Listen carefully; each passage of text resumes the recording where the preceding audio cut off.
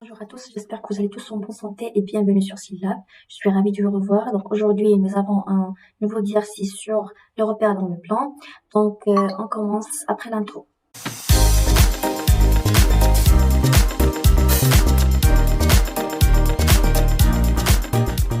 Donc nous avons dans le plan muni, donc nous avons un repère orthonormé OEF. On considère les points A de coordonnées 2, 2, B, moins 2, moins 1 et C, 2, moins 3. Première question, on va placer les points A, B et C. Donc, premièrement, on va tracer le repère orthonormé, c'est-à-dire que E est égal EF. Et les deux axes devront être perpendiculaires, c'est-à-dire l'axe des abscisses doit être perpendiculaire à l'axe des ordonnées. C'est ça ce que ça veut dire orthonormé. Donc, nous avons l'origine du repère, c'est O. Et puis nous avons E, donc E et F. Donc ça, c'est l'axe des abscisses et l'axe des ordonnées. Donc nous avons 2, 3, 4, etc. C'est bon, donc nous avons dans l'autre côté moins 1, moins 2, et nombre négatif. Même chose, donc moins 1, la même mesure, on prend la même mesure. Moins 2, moins 3, moins 4. C'est bon? Donc on place le point A. Là, donc l'abscisse c'est 2 et l'ordonnée c'est 2. Donc c'est facile. Fait comment? Donc voici 2 dans l'abscisse. On fait des pointillés, d'accord? Une droite qui passe par 2, d'accord? C'est bon. Et on a 2 dans l'ordonnée. Donc voici 2 dans l'axe des ordonnées. Donc, on fait la même chose, une droite pointillée qui passe par 2. Et on a le point d'intersection de ces deux droites, c'est ce qu'on appelle le point A, d'accord? Donc nous avons le point A. Après, on détermine le point B. Donc B, nous avons moins 2 dans l'abscisse et moins 1 dans l'ordonnée. Donc moins 2 dans l'abscisse, voici l'axe des abscisses, et voici moins 2. On fait une droite qui passe par moins 2, juste en pointillé, d'accord? La même chose, nous avons moins 1 dans l'ordonnée. Donc voici l'axe des ordonnées, voici moins 1. On trace une droite qui passe par moins 1. Donc ce point d'intersection, c'est-à-dire le point de rencontre de ces deux droites, c'est ce qu'on appelle le point B, d'accord? Pour le point C, donc nous avons 2 et moins 3. Donc 2 dans l'abscisse et moins 3 dans l'ordonnée. 2 dans l'abscisse, donc la même droite, on fait une autre couleur. On met une autre couleur, donc voici 2. Et nous avons moins 3. Donc voilà. Moins 3 dans l'ordonnée, dans l'axe des ordonnées. Donc voici l'axe des ordonnées, voici moins 3. On trace une droite en pointillé. Et voici l'axe, le point de rencontre ou bien le point d'intersection, c'est le point C. Ok? Maintenant on passe, nous avons déterminé, nous avons placé les 3 points. On place la deuxième question, petit a, calculer les distances AB et AC. Donc, on va calculer les distances. Donc, pour calculer les distances AB et AC, est-ce qu'on va prendre une règle et voir combien est égale la distance de A à B? Non, bien évidemment, on calcule les distances d'après notre relation. Donc, on a un B. Voici la relation qu'on va appliquer. Donc, égale à la racine de XB, donc l'abscisse du dernier point, moins l'abscisse du premier point. D'accord? Donc, XB, on commence toujours par les coordonnées du premier point. Donc, XB moins X1, le tout au carré, plus, parce que c'est une distance. La même chose pour l'ordonnée, on met YB, voilà, moins Y de 1. Et le tout au carré, d'accord? Et on le remplace. Donc, c'est la racine. X de B d'après les données. Donc, voici X de B. Ça, c'est X de B. OK? Et moins 1 égale à Y de B. Voilà. Donc, X de B, c'est moins 2. Donc, faites attention. Travaillez attentivement votre exercice. Moins X de A. Donc, voici X de A. C'est 2. le tout au carré, plus y de b, donc c'est moins 1, moins y de a, donc c'est 2. Voilà, on met les parenthèses et on met le tout au carré. Maintenant, on calcule, égal à la racine, on calcule toujours les expressions entre parenthèses. Donc, moins 2, c'est moins 4, le tout au carré, plus moins 1, moins 2, c'est moins 3, le tout au carré. S'ils ont le même signe, donc on fait l'addition et on prend leur signe. Égal la racine, moins 4 le tout au carré, donc puisque nous avons une puissance qui est paire, donc le négatif devient positif. Donc, et puis nous avons 4 au carré, c'est 16. Donc, nous avons un nombre positif, et puis 4 au carré, c'est 16. Plus, même chose, donc il devient un nombre positif, puisque la puissance elle est paire. Donc 3 au carré, c'est 9. Et puis on rassemble ces deux nombres. Donc 16 plus 9, combien égale? Donc c'est 25. C'est très bien. Donc c'est la racine de 25 et on encadre. D'accord? Voilà. Maintenant, on passe à la distance AC et on fait la même méthode, la même astuce. Donc AC, oui, donc c'est la racine de x de c, voilà, du dernier point, moins x de 1, le tout au carré, plus y de c moins y de 1, le tout au carré, égal, on remplace, donc x de c c'est combien? Donc c'est 2, voilà, donc on met 2, moins x de a c'est moins 2, donc x de a, pardon, c'est 2, voilà, x de a c'est 2, le tout au carré, plus y de c c'est combien? C'est moins 3, moins y de a, c'est 2. Voilà. Et on met les parenthèses, puissance 2, égale, on simplifie. Donc 2 moins 2, c'est 0. Donc 0 au carré, c'est 0, plus moins 3 moins 2, c'est moins 5. Et moins 5, le tout au carré, c'est combien? C'est la racine de 25. Pourquoi? Parce que moins avec la puissance qui est paire, ça devient positif. Donc ça reste 5 au carré, c'est 25, plus 0, c'est 25. C'est très bien. Donc on remarque que AP égale à AC. Donc c'est la réponse de la question suivante. Donc petit p, on déduit que ABC est un triangle isocèle. Donc qu'est-ce que ça veut dire un triangle isocèle? C'est-à-dire deux côtés sont égaux. D'accord? Deux côtés du triangle sont égaux, c'est-à-dire ils ont la même mesure. Est-ce que AB égale à AC? Oui. Donc d'après la question A, on déduit que, voilà, on déduit que AB égale à AC, donc le triangle ABC est isocèle, tout simplement. Donc petit p, donc d'après la question précédente, lorsque il vous demande de déduire dans une question, tout simplement, vous devez déduire d'après la question précédente. Donc d'après la question précédente, là on déduit que AB égale AC.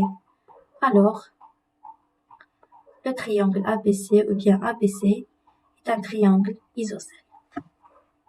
Voilà. C'est très simple. Donc, nous avons dit isocèle, ils ont la même, deux côtés égaux. On passe à la troisième question. Donc, nous avons IJ deux milieux respectifs de BC et AC. Donc, soit j'ai un point tel que AG égale 2 sur 3 AI.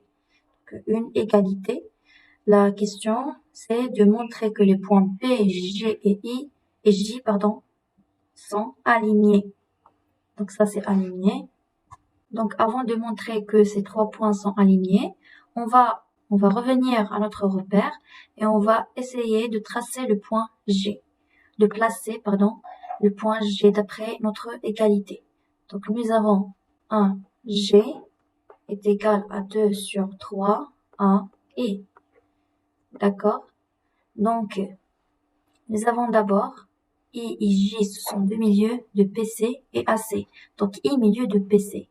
Donc, I milieu de PC, c'est-à-dire BI est égal à IC. Et nous avons J milieu de AC. Donc, voici J, point J. Maintenant, on va placer le point G, ok? Donc, nous avons AG est égal à 2 sur 3 AI. Donc, on trace la distance de A à I. Voilà. Et puis, on divise AI sur 3. Et on prend 2. Donc, d'abord, on divise AI sur 3. Et puis, on prend la distance 2. Donc, on divise sur 3. Donc, 1. Donc, la même distance. Donc, on a divisé AI sur 3. Et on va prendre 2. Donc, nous avons 1 et nous avons 2.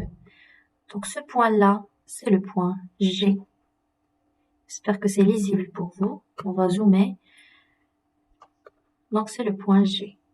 Donc, nous devons montrer que B, G et J sont alignés. Donc, voici les 3 points là. Voilà, donc ils sont alignés. D'accord? B, G. Donc, nous avons B, G et J. Pour trouver que les points B, G et J sont alignés, donc on va montrer une relation, ou bien on va montrer cette égalité. Par exemple, BG est égal K fois BJ. Donc, on va trouver les coordonnées de G et les coordonnées de J. C'est bon? Et parce qu'on a déjà les coordonnées de B. Donc, d'après l'égalité, donc on a AG est égal 2 sur 3 à I. D'accord? Donc, pour déterminer les coefficients de G, on va d'abord déterminer les coefficients de I. Donc, on a I milieu de BC. D'accord? I milieu de BC. Donc, de BC. Donc, les coordonnées de I, c'est XB plus XC sur 2, point virgule, Y de B plus Y de C sur 2. On remplace. Donc, X de B, c'est moins 2. Donc, moins 2 plus X de C. Donc, moins 2 plus X de C, c'est 2 sur 2. Y de B, c'est moins 1. Plus Y de C, c'est moins 3 sur 2. On calcule. Donc, moins 2 plus 2 sur 2, c'est 0. Donc, moins 2 plus 2, c'est 0. Plus moins 1, moins 3, c'est moins 4. Moins 4 sur 2, c'est moins 2. Donc, voici les coordonnées de I. Et puis, on fait, donc, HG, on fait une équation, c'est-à-dire les coordonnées de cette égalité est égale les coordonnées de cette égalité. Donc,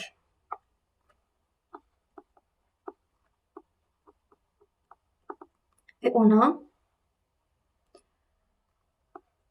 X de G moins X de A, point virgule, Y de G moins Y de A. Et AI, c'est X de I moins X de A, point virgule, Y de I moins Y de A. D'accord? On remplace, donc AI, X de I, c'est 0, moins X de A, c'est 2, Y de I, c'est moins 2, moins Y de A, c'est 2. Donc, AI est égal moins 2, moins 4. Voilà. Nous avons trouvé AI.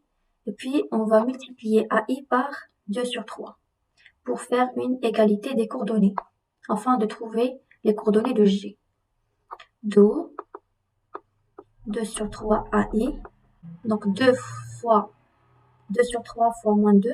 Donc, c'est moins 4 sur 3. Et moins 4 fois 2 sur 3, c'est moins 8 sur 3. Donc, on encadre ces deux égalités. D'accord? Donc, c'est 1 et c'est 2.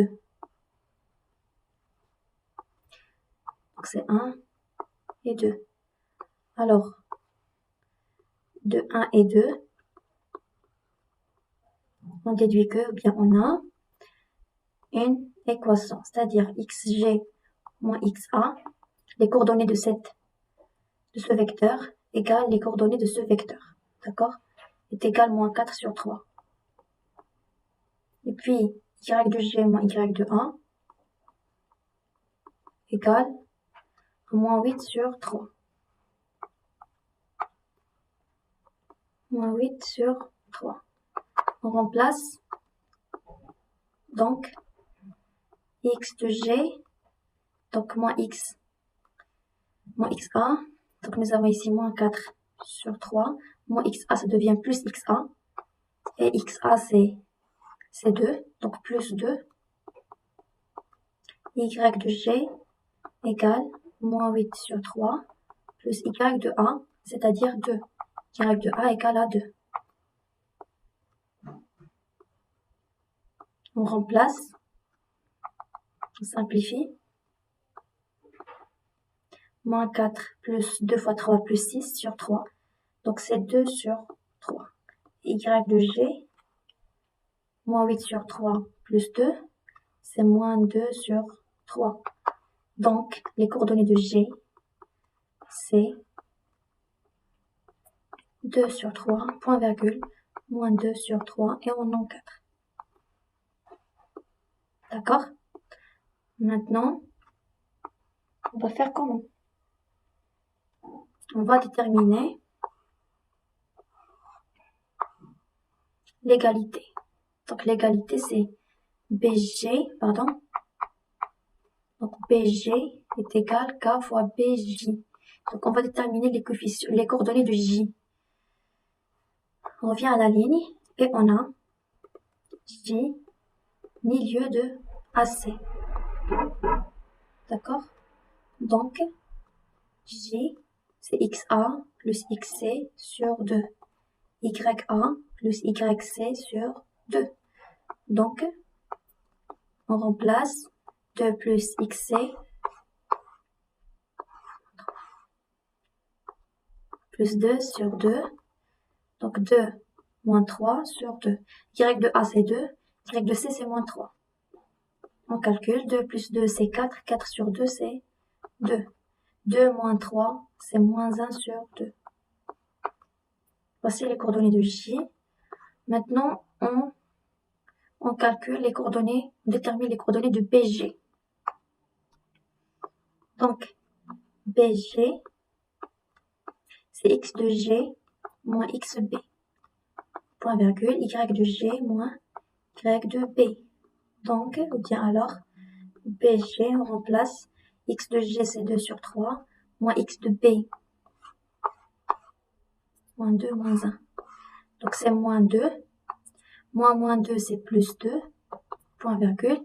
Y de G, c'est moins 2 sur 3. Y de B, c'est moins 1. Donc, moins 1, c'est plus 2. Plus 1, pardon. Donc, BG, 2 sur 3 plus 2. Donc, 2 plus 6, c'est 8 sur 3. Donc, c'est 8 sur 3. Moins 2 plus 3, c'est 1 sur 3. Voilà. Voici alors les coordonnées de BG.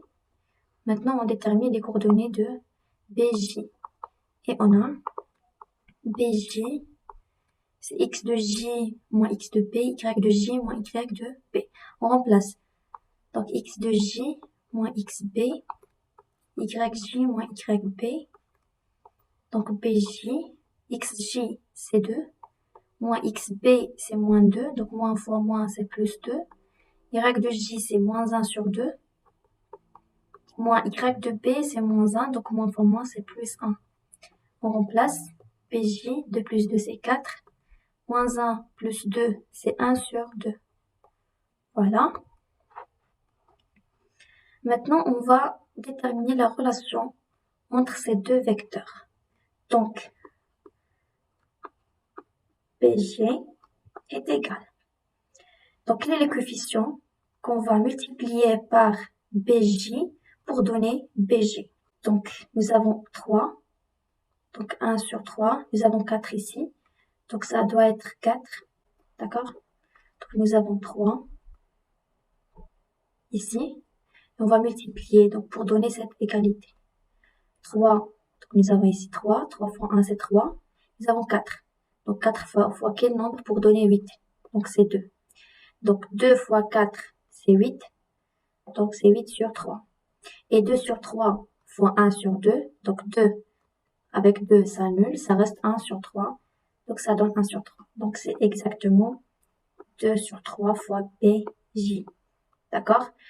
Je répète, si je multiplie 2 sur 3 fois 4, donc 2 fois 4 c'est 8, donc ça reste 8 sur 3, c'est correct. Et puis si on multiplie 2 sur 3 fois 1 sur 2, donc 2 avec 2 s'annule, ça reste 1 sur 3, c'est correct. Et nous avons trouvé notre relation qui lie le vecteur BG avec BJ. Donc on dit alors que les points B, G et J sont comment? Alignés. Voilà. Alors, B, G et J sont des points alignés. Voilà. Nous avons terminé notre exercice. Si vous avez des questions ou bien des remarques, n'hésitez pas à les mettre en commentaire. Sur ce, je vous donne rendez-vous pour la prochaine vidéo et je vous souhaite le très bon courage. À la prochaine.